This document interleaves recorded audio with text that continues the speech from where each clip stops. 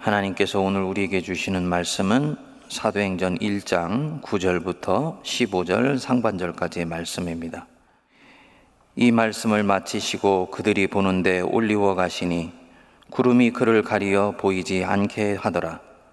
올라가실 때 제자들이 자세히 하늘을 쳐다보고 있는데 흰옷 입은 두 사람이 그들 곁에 서서 이르되 갈릴리 사람들아 어찌하여 서서 하늘을 쳐다보느냐. 너희 가운데서 하늘로 올려주신 이 예수는 하늘로 가심을 본 그대로 오시리라 하였느니라. 제자들이 감람원이라 하는 산으로부터 예루살렘에 돌아오니 이 산은 예루살렘에서 가까워 안식일에 가기 알맞은 길이라. 들어가 그들이 유하는 다락방으로 올라가니 베드로, 요한, 야고보, 안드레와 빌립, 도마와 바돌로메, 마테와 및 알페오의 아들 야고보, 셀롯인 시몬, 야고보의 아들 유다가 다 거기 있어 여자들과 예수의 어머니 마리아와 예수의 아우들과 더불어 마음을 같이하여 오로지 기도에 힘쓰더라. 모인 무리의 수가 약 120명이나 되더라. 아멘. 1969년 7월 20일에 전 세계는 하나의 단일한 사건을 앞에 두고 흥분에 빠져 있었습니다. 미국의 나사가 쏜 유인 우주선 아폴로 11호가 인류 역사상 처음으로 지구를 떠나 달에 착륙하게 되어 있었기 때문입니다. 이 달과 해는 인류 문명이 시작된 이래로 수많은 민족에게 미지의 실체이고 또 신비의 대상이었지요. 이제 과학의 힘으로 이 신비와 미지의 땅에 사람이 처음으로 발을 디뎌놓게 된 것입니다. 과학자는 과학자대로, 철학자들은 철학자대로 이 역사적인 상황에서 흥분하며 기대감을 표출했습니다. 과연 이 달에 무엇이 있는 것일까? 많은 종교인과 신자들도 이들과는 다른 동기로 흥분하며 이를 지켜보고 있었습니다. 종교인들과 신자들의 관심은 이런 것들이었습니다. 하늘 어딘가에 천국이 있고 그곳에 신이 계신다 했는데 저 달에서 혹시 그런 흔적을 찾을 수 있지는 않을까? 그런데 전 세계인들이 TV를 통해 본 달의 표면은 어둠과 암석 덩어리 뿐이었습니다. 그곳에 종교를 가진 많은 사람들이 생각했듯이 하나님이 계신 집 혹은 천국의 흔적은 찾을 수가 없었던 것이지요. 아폴로 11호의 달 착륙 1년 뒤에 미국에서 설문조사를 했습니다.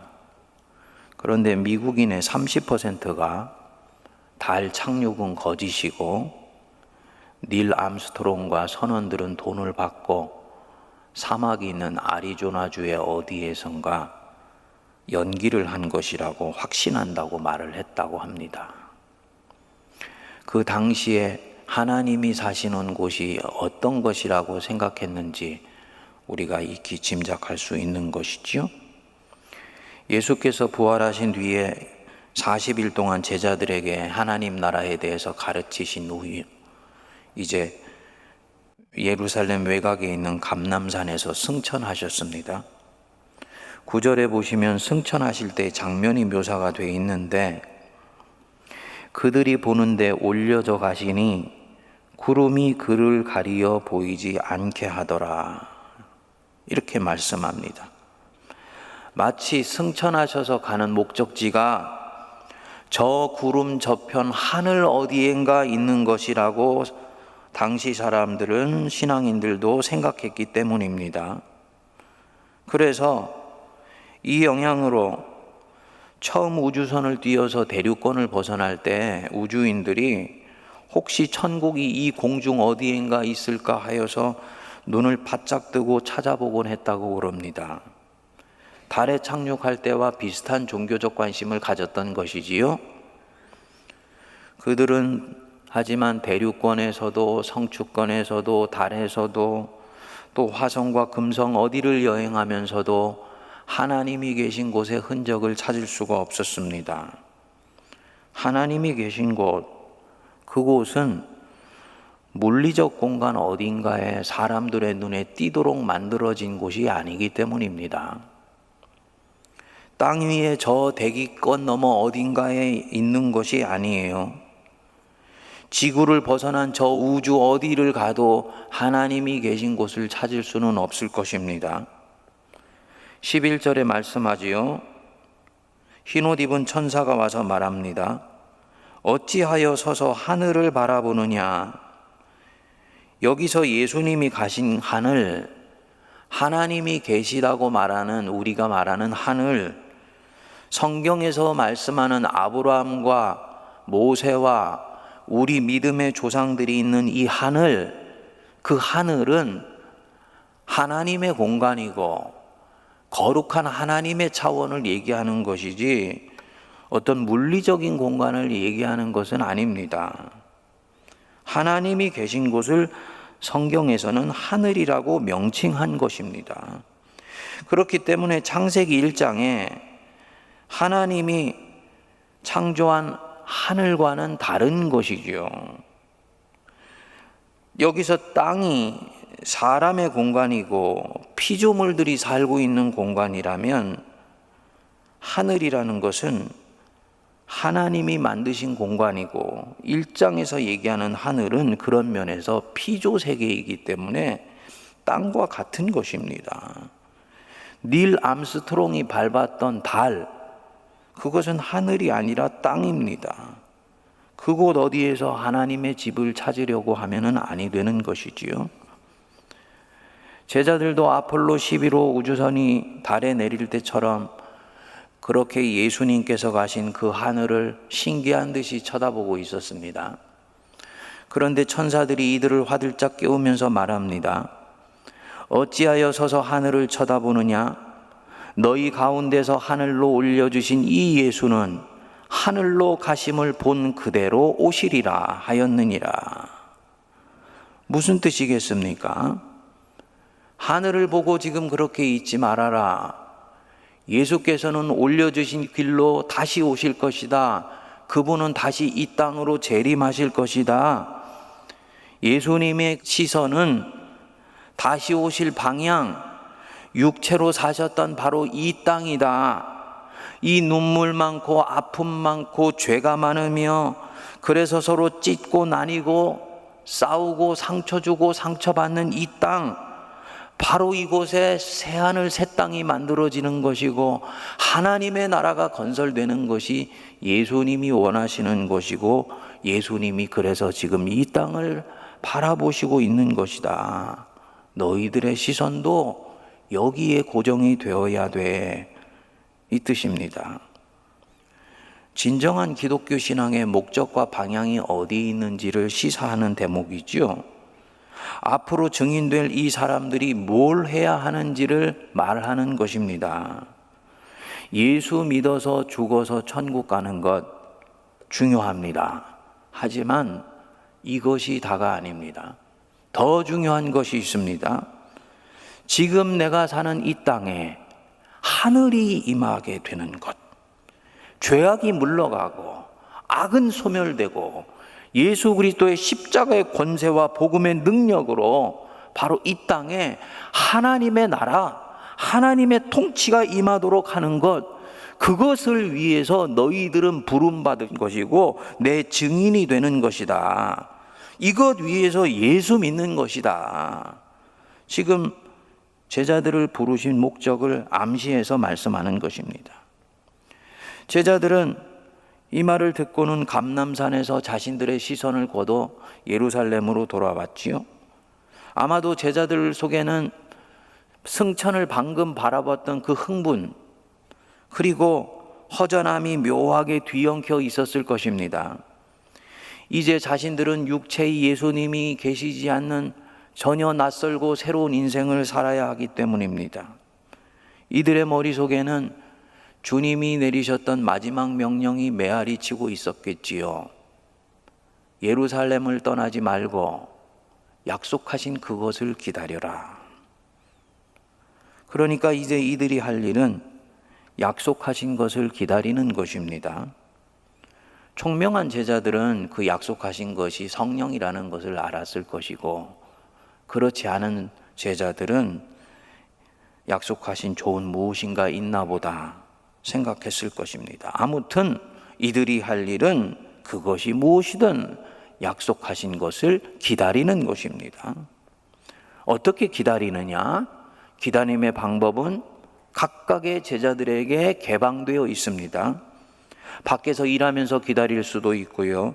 아낙네들은 집에서 자녀를 돌보면서 기다릴 수도 있지요. 그저 평범하게 일상을 살아가면서 기다릴 수 있을 것입니다. 그런데 초대교회의 제자들은 어떻게 합니까? 기도하기 시작합니다.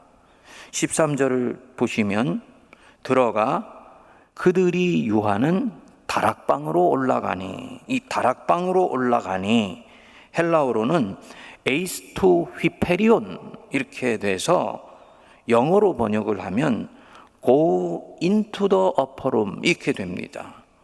원래 문법적으로는 분명히 위로이기 때문에 upward나 toward를 써야 합니다. 헬라어로도 이 단어가 있어요. 프로스라는 단어가 있습니다.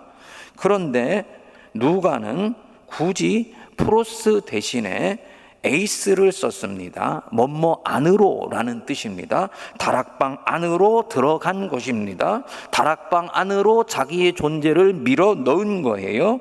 기다리되 그냥 기다리는 것이 아니라 기도하면서 기다리려고 다락방이라는 영적 공간 안으로 자기 존재를 밀어 넣습니다. 초대교회 첫 교회 주역들이 약속을 얻고 난 뒤에 보인 첫 번째 반응이 바로 기도 안으로 자신을 밀어넣은 것입니다. 여기서 묵상하면서 우리가 좀 눈여겨볼 대목이 있습니다. 쓱 스쳐 지나가기 쉬운 대목인데 13절 끝부분에 보면 다 거기 있어 이렇게 나옵니다. 예수님의 11제자들이 다 거기 있었다는 얘기입니다.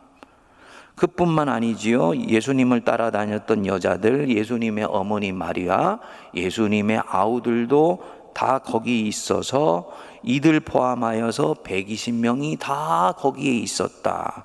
이런 뜻입니다. 있어야 할 사람들, 이제 크고 놀라운 하나님의 일을 경험하게 되어 있는 그 사람들이 다 거기에 있었다. 이런 뜻입니다. 그런데 이 복음서와 사도행전 그리고 신약 전체를 통괄해서 바라보게 되면 다 거기에 있었던 것은 아니에요. 예수님의 부활을 목격했던 제자들이 500명입니다. 고린도전서 15장에 보면 게바에게 보이시고 후에 12제자에게와 그 후에 500여 형제에게 일시에 나타나셨다. 그렇게 말씀을 했습니다. 500여 명의 제자들에게 나타나셨다는 거죠. 그리고 성경학자들은 이 500명이 예수님의 승천을 고스란히 지켜보았을 것이라고 봅니다. 그런데 지금 다락방 안으로 자기를 밀어넣은 자들이 120명이면 나머지 380명은 어디로 간 것입니까? 이들은 이 다락방으로 들어가지 않은 것이지요.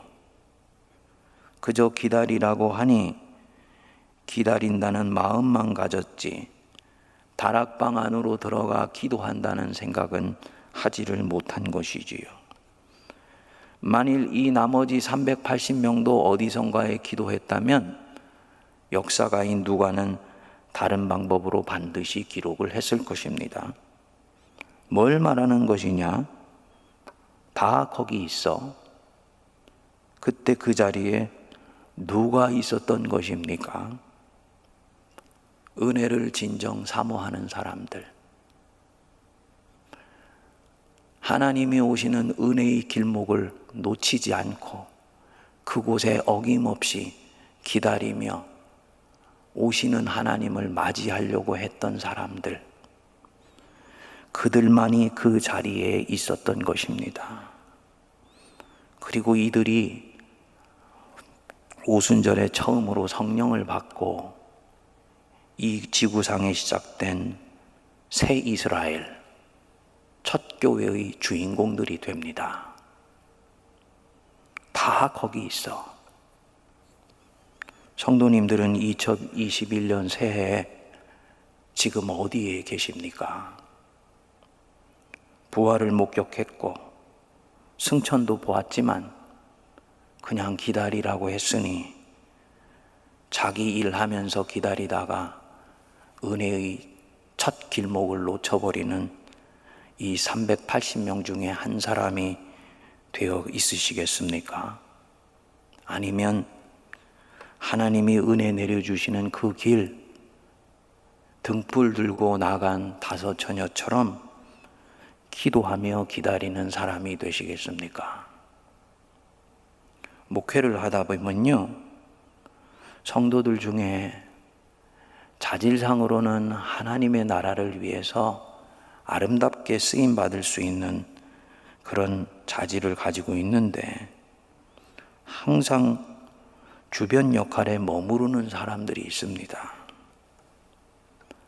마지막까지 신실하지를 못하기 때문이에요. 마지막까지 순종하려는 마음이 없기 때문입니다. 그래서 결정적인 상황에서는 자기의 인간적인 것들을 노출시켜 버립니다. 반면에 보십시오. 이 120명 무슨 생각으로 지금 기도의 자리로 들어가겠습니까? 무슨 생각으로 지금 에이스 인투 휘페리온, 다락방이라는 영적 공간 안으로 자기를 밀어넣겠습니까? 그냥 기다리라 했으니 기다리면 되는 일인데 왜 굳이 기도하기 시작했을까요? 이 120명, 이번만은 실패하고 싶지 않은 것입니다. 이들은 이전에 예수님 돌아가실 때 결정적인 순간에 깨어있지 못해서 결국 원수에게 졌던 사람들입니다. 그때는 자신들이 얼마나 악하고 얼마나 연약한 자들인지를 몰랐어요. 원수가 밖에 있는 것이 아니고 하나님의 일을 그르치는 원수는 바로 내 자신 안에 있다는 것을 그때는 이들이 몰랐습니다. 그래서 결국은 결정적인 순간에 자기들 안에 있는 약한 것이 일어나서 두려움에 휘말리게 되고 악한 것이 준동하여서 주님 모른다고 배반하고 주님을 버리고 도망갔었습니다.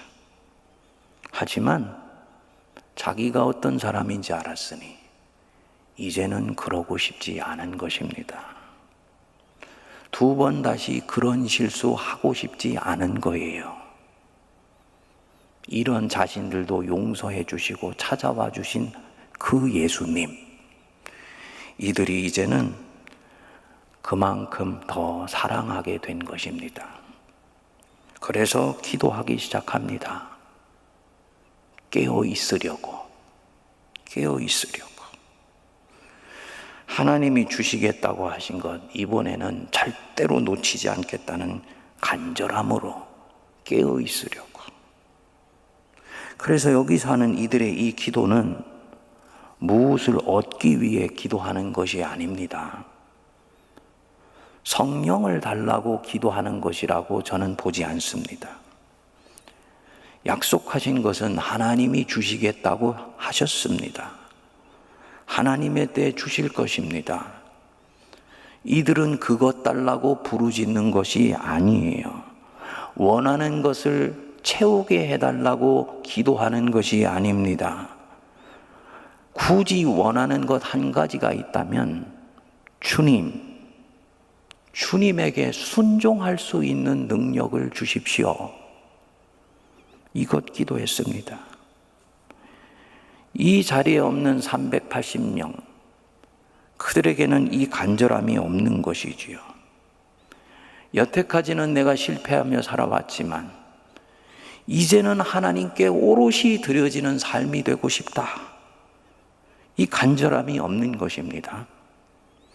그래서 성령께서 내려오셔서 은혜를 물붓듯 부어주시는 그 역사적인 자리에 결국 나는 없습니다. 또다시 다른 어딘가에 가 있는 것입니다. 2021년에는 우리 성도님들 중에 이런 분이 계시다면 이 380명의 무리 가운데서 이제는 빠져나오시기 바랍니다. 다 거기 있어. 바로 여기에 들어가 있어야 돼요. 은혜의 길목을 점령하는 120명 중에 한 사람이 되시기를 바랍니다. 이 120명이 간절히 기도했지요. 마음을 같이하여 오로지 기도에 힘쓰더라. 지속적으로 기도했다는 뜻입니다. 예수께서 바라보시고 가신 그 방향에 자신들을 오롯이 고정시키고 있는 이들의 모습이, 이 아름다운 모습이 보이시는지요? 오로지 힘쓰다. 이 말이 헬라어로는 프로스카르테레오인데요. 기가 막힌 단어입니다. 착달라붙어 있다. 꼭 붙들고 있다. 자신을 어떤 것에 붙들어 매다. 이 뜻입니다. 오로지 기도에 힘쓰니라. 이 말은 제자들이 기도에 착달라붙어 있었다. 성령이 오실 때까지 기도에 자신을 완전히 붙들어 매고 있었다. 이 뜻입니다. 이것이 초대교회 때 복음을 꿈틀꿈틀 살아 역사하게 만들었습니다. 진정한 기독교 신앙이 시작되는데 대단히 중요한 대목입니다. 우리가 오해하면 안 됩니다. 좀 전에 말씀드렸듯이 이들이 기도에 자신들을 완전히 붙들어 메었기 때문에, 그렇게 몰입했기 때문에 하나님이 약속하신 성령을 보내주신 것이 아닙니다. 하나님은 때가 되면 약속하신 것을 주십니다. 주도권은 여전히 하나님께 있으세요. 그런데 이들의 기도에서 주목할 부분은 하나님의 선물을 받는 이 초대교회 제자들의 태도가 달라져 있다는 것입니다. 이들이 기도했다, 기도로 기다린다, 이 말은 주님, 내가 하는 어떤 일도 내 힘으로 이룰 수 있는 것은 없습니다 라는 것을 인정하고 있다는 얘기입니다. 이 일은 하나님이 아니시면 하실 수가 없는 일입니다. 이것을 인정한다는 말입니다. 겸손한 마음이 되어 있는 거지요. 에고를 끊임없이 부정하고 비워내는 것이죠. 하나님의 뜻이 내 인생에 이루어지기를 간절히 바라기에 그 하나님 앞에 납작 엎드리는 것입니다.